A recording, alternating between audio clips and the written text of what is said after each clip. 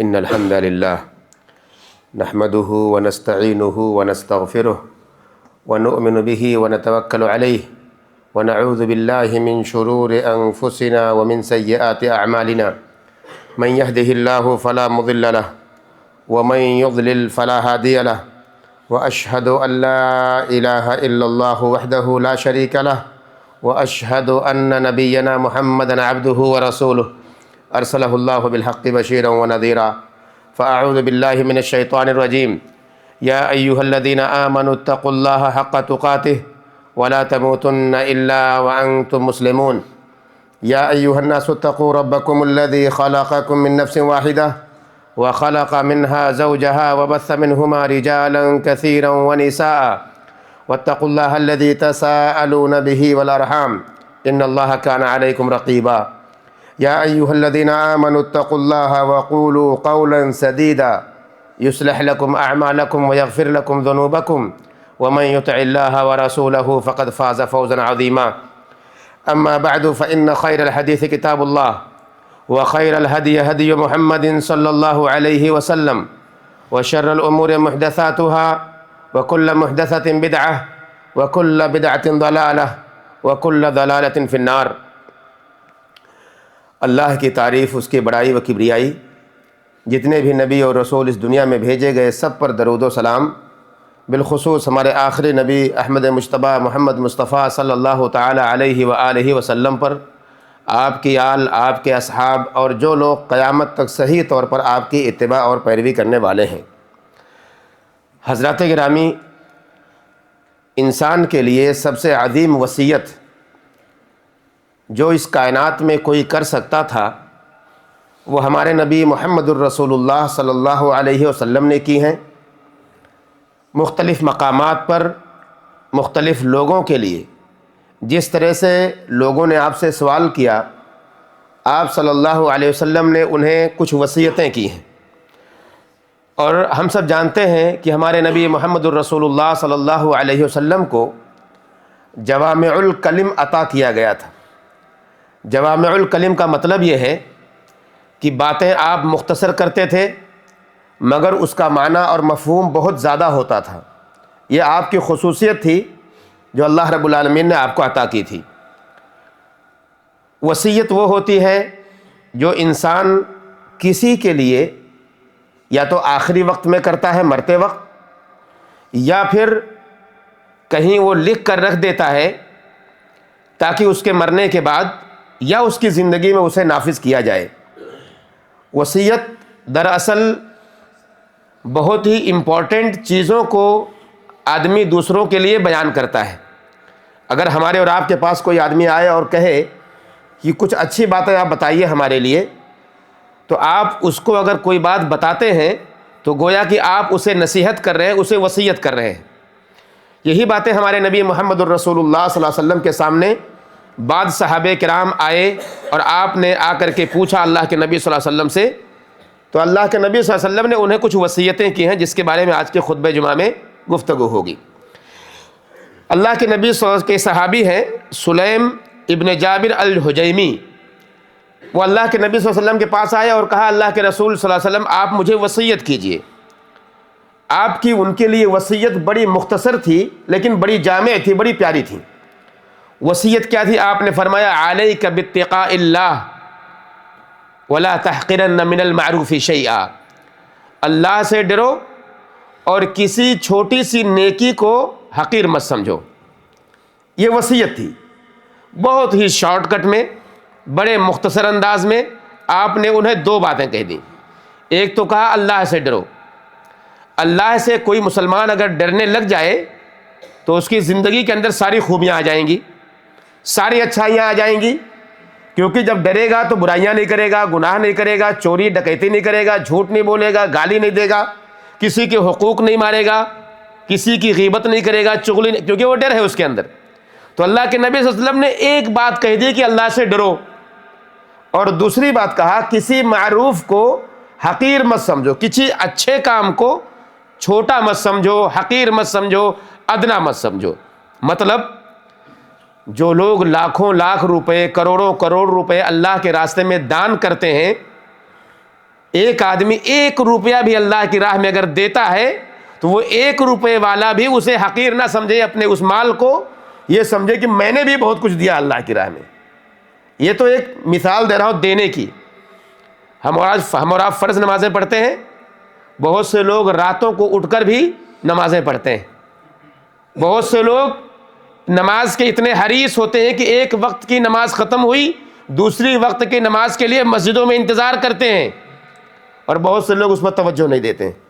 تو کسی بھی معروف کو، اچھے کام کو حقیر نہ سمجھو، یہ وصیت اللہ کے نبی صلی اللہ علیہ وسلم نے اس صحابی کو کی۔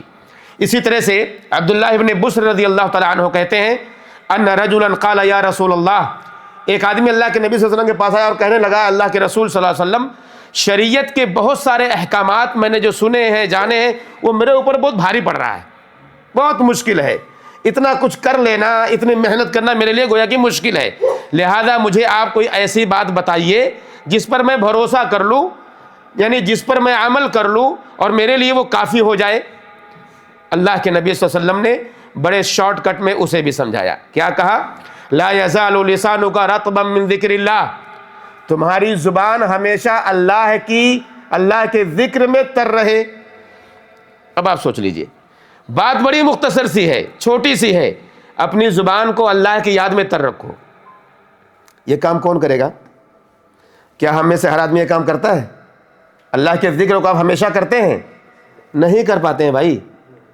اللہ کے نبی صلی اللہ علیہ وسلم نے اس صحابی کو کہا اتنے ساری نیکیاں اگر تم نہیں کر سکتے ہو جو شریعت کے بہت سارے اچھائیاں کرنے کے لیے ہیں، تو آپ اللہ کی یاد سے اپنی زبان کو تر رکھا کرو، یہ ایک ایسا عمل ہوگا جو تمہارے لیے بہت فائدہ مند ہو جائے گا۔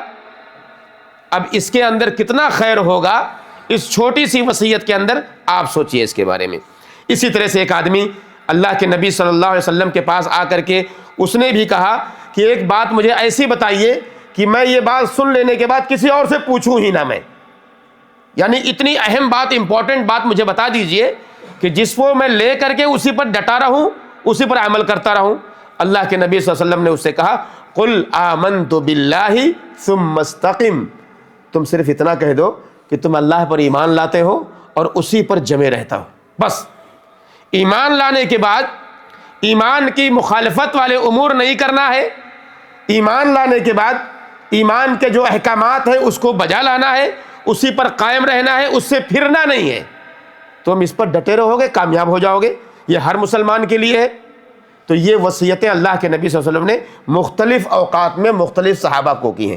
جو اصل ہے، جو بتانا مقصد ہے آج کے اس خطبے میں، اللہ کے نبی محمد الرسول اللہ صلی اللہ علیہ وسلم کے صحابی ابو ہریرہ رضی اللہ تعالیٰ عنہ، ہم سب جانتے ہوں گے آپ کے نام کو۔ یہ ایسے صحابی ہیں جنہوں نے سب سے زیادہ حدیثیں اللہ کے نبی صلی اللہ علیہ وسلم سے روایت کی ہیں۔ ہمیشہ اسلام لانے کے بعد سے اللہ کے نبی صلی اللہ علیہ وسلم سے چپکے رہتے تھے، ہٹتے ہی نہیں تھے آپ کو چھوڑ کر۔ جب بھی موقع ملتا اللہ کے نبی صلی اللہ علیہ وسلم کے قدموں میں آ کے بیٹھ جاتے، آپ کے قریب بیٹھ جاتے اور آپ سے سننے کے لیے تیار رہتے کہ آپ کچھ بولیں میں اسے سنوں اور لوگوں تک اسے پہنچاؤں۔ یہ آپ کا خاص کام تھا، اسی لیے روایتیں، حدیثیں سب سے زیادہ اگر کسی آدمی نے روایت کی ہیں تو وہ ہے ابو ہریرہ رضی اللہ تعالیٰ عنہ۔ بیان کرتے ہیں اوصانی خلیلی، میرے خلیل نے مجھے کچھ وصیتیں کی ہیں۔ خلیل یعنی دوست کو کہتے ہیں، اور یہ بات اگر کوئی آدمی کہہ رہا ہے کسی کے لیے تو گویا کہ اپنی محبت کا اظہار کر رہا ہے، اور اس میں کوئی شک نہیں ہے۔ ابو ہریرہ رضی اللہ تعالیٰ عنہ محمد الرسول اللہ صلی اللہ علیہ وسلم کے بڑے قریبی تھے۔ کہتے ہیں میرے خلیل نے، میرے دوست نے، میرے عزیز نے مجھے وصیت کی ہے۔ وصیت کرنے والا کون ہے؟ محمد الرسول اللہ صلی اللہ علیہ وسلم۔ وصیت کیا ہے؟ کہتے ہیں بثلاث، 3 چیزوں کی وصیت کی ہیں۔ پہلی چیز کہا صیام 3 ایام من کل شہر، ہر مہینے 3 روزے رکھنے کی وصیت کی ہے۔ کتنے روزے؟ 3 روزے۔ بہت مشکل نہیں ہے، بہت آسان ہے۔ اللہ کے نبی صلی اللہ علیہ وسلم نے ابو ہریرہ رضی اللہ تعالیٰ عنہ کو وصیت کی ہر مہینے 3 روزے رکھنے کی۔ دوسری وصیت کہا وَرَكَعَتَيْ الضُّحَىٰ، صلاۃ الضحیٰ، 2 رکعت چاشت کی نماز کی وصیت۔ اور تیسری بات وَأَنْ أُوتِرَ قَبْلَ أَنْ أَنَامَ، سونے سے پہلے وتر کی نماز کو ادا کرنا۔ یہ 3 وصیتیں اللہ کے نبی صلی اللہ علیہ وسلم نے ابو ہریرہ رضی اللہ تعالیٰ عنہ کو کی۔ پہلی وصیت جو 3 روزوں کی ہے، روزوں کے بارے میں ہم سب کو پتا ہے، رمضان بہت دور نہیں ہے، اللہ تعالی ہم سب کو وہاں تک پہنچائے اور ان کے روزوں رکھنے کی توفیق دے۔ روزہ اللہ کے نبی صلی اللہ علیہ وسلم کی حدیثوں سے یہ بات ثابت ہے کہ انسان کے نفس کی تہذیب کرتا ہے، اس کے اندر جو برائیاں ہوتی ہیں ان برائیوں کو ختم کرتا ہے، اس کے اندر جو کمیاں ہوتی ہیں ان کمیوں کو دور کرتا ہے، اور ساتھ ہی ساتھ انسان کے نفس کا تزکیہ کرتا ہے، صفائی کرتا ہے۔ روزہ رکھ کر کے انسان گناہ نہیں کرتا، یا اگر کرتا بھی ہے تو اتنے گناہ نہیں کرتا جو عام طور پر بغیر روزے کے کرتا ہے۔ تو روزہ یہ گناہوں سے روکتا ہے انسان کو۔ تو سب سے پہلی کہا 3 روزے رکھنے کی وصیت اللہ کے نبی صلی اللہ علیہ وسلم نے ابو ہریرہ رضی اللہ تعالی عنہ کو کی۔ حدیث میں آتا ہے کل عمل ابن آدم یضاعف، ابن آدم کا ہر عمل زیادہ کیا بڑھایا جاتا ہے، اس کی نیکیاں بڑھائی جاتی ہیں، اور نیکیاں بڑھائی کیسے جاتی ہیں؟ 10 گنا، پھر 10 گنا سے کتنے؟ 700 ضعف، 700 گنا بڑھائی جاتی ہیں۔ ایک نیکی آپ کرتے ہیں، اس نیکی کو 10 گنا اللہ رب العالمین بڑھاتا ہے، پھر 10 گنا سے بڑھا کر 700 گنا کر دیتا ہے۔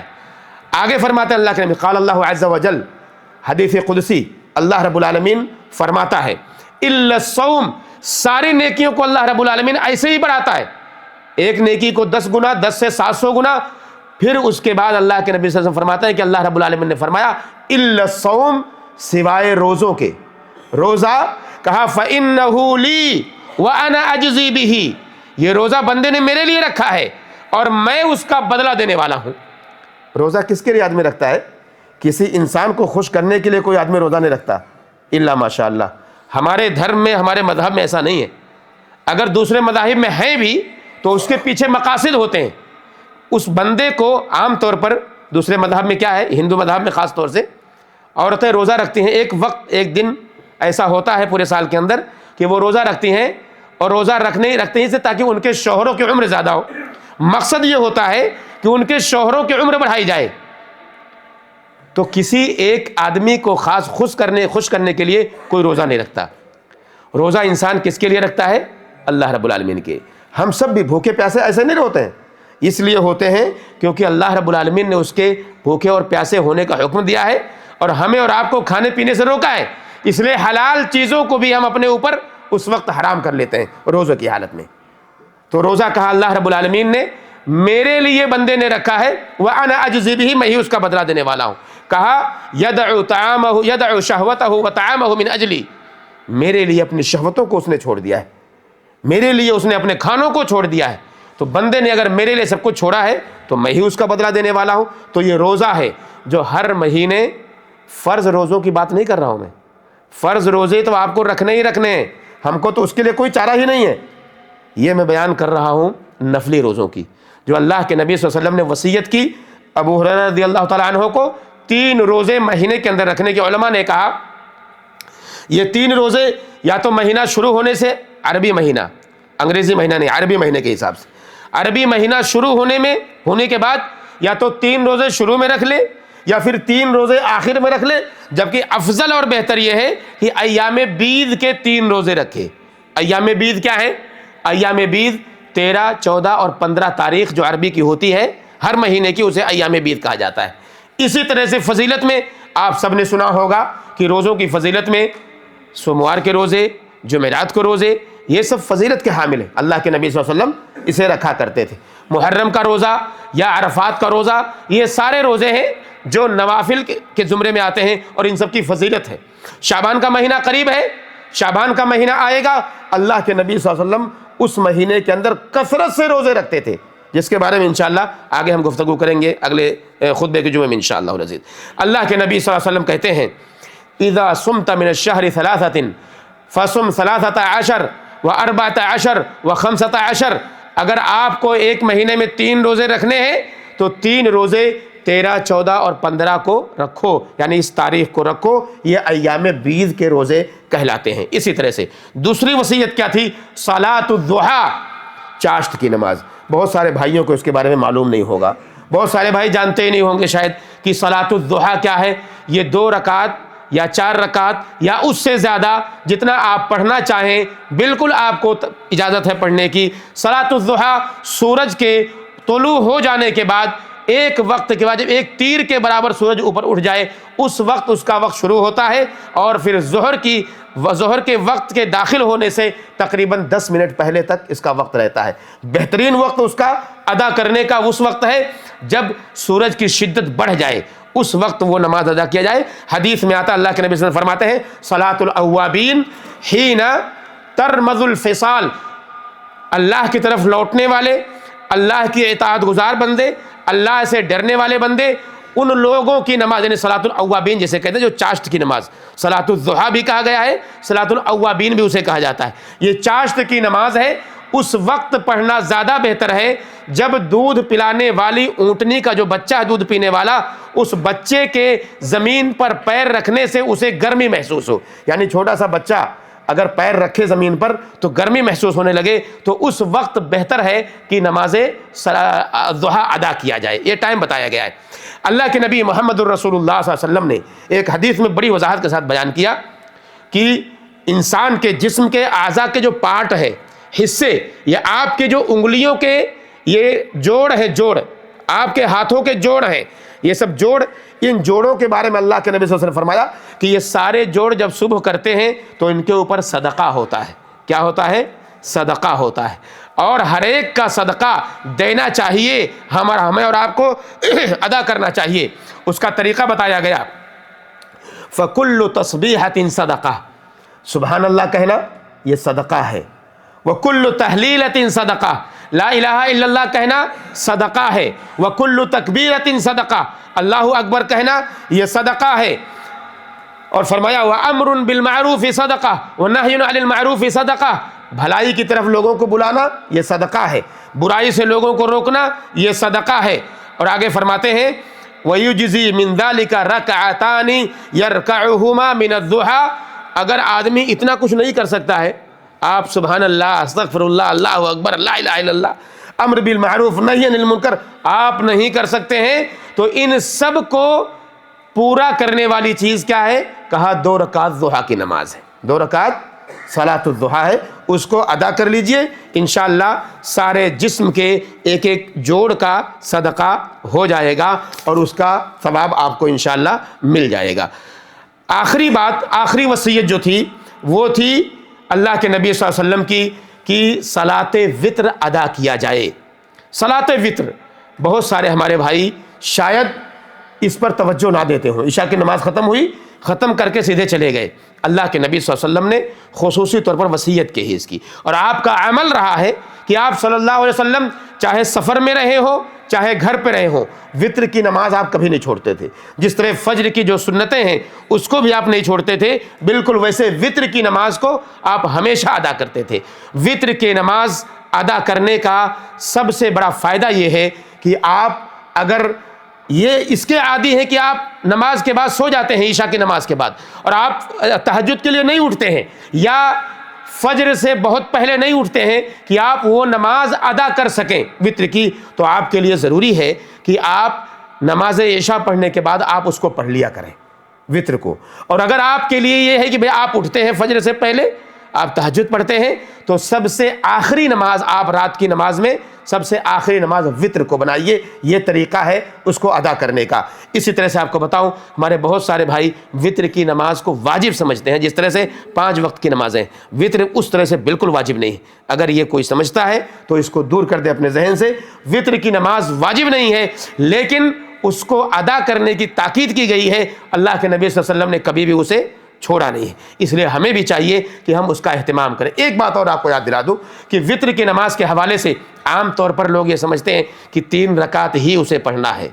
وتر کی نماز جو کم سے کم ہے وہ 1 رکعت ہے، زیادہ سے زیادہ اس کی کوئی مدت نہیں ہے یا اس کی کوئی تحدید نہیں کی گئی ہے۔ 3 بھی پڑھ سکتے ہیں، 5 بھی پڑھ سکتے ہیں، 7 بھی پڑھ سکتے ہیں، 9 بھی پڑھ سکتے ہیں، 11 بھی پڑھ سکتے ہیں، یا آپ کے لیے ہے رخصت ہے، آپ جتنا چاہیں اتنا ادا کر لیں، لیکن کم سے کم 1 رکعت پڑھنا یہ بھی اللہ کے نبی صلی اللہ علیہ وسلم سے، آپ کے صحابہ سے، تواتر سے، بہت سارے لوگوں سے یہ ثابت ہے۔ اس لیے مسلمانوں، یہ وصیت جو میں نے بیان کی، ان وصیتوں پر عمل کرنا یہ ہمارے اور آپ کے لیے فائدہ مند ہے۔ اللہ سے دعا کریں کہ اللہ رب العالمین ہم سب کو نبی کی وصیتوں پر عمل کرنے والا بنائے۔ اے اللہ تعالیٰ سارے مسلمانوں کو جو آپ صلی اللہ علیہ وسلم نے وصیتیں کی ہیں ان ساری وصیتوں پر چلنے والا بنائے۔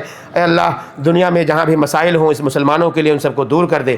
دنیا کے اندر جہاں بھی مسلمان پریشان ہوں ان کو پریشانی سے نجات دے دے۔ اے اللہ جو لوگ قرض دار ہیں ان کو قرض سے نجات دے دے۔ اے اللہ جو ہمارے مسلمان بھائی پریشان حال ہیں، درد اور درد سے کرا رہے ہیں، اے اللہ انہیں درد سے نکال دے دے، ان کو بیماریوں سے شفا دے دے۔ اے اللہ سارے مسلمانوں کی حفاظت فرما، جب تک ہمیں زندہ رکھ اسلام پر ہمارا خاتمہ ہو تو ایمان پر ہو۔ آمین رب العالمین، وصلی اللہ وسلم علی نبینا محمد وعلی آلہ وصحبہ اجمعین۔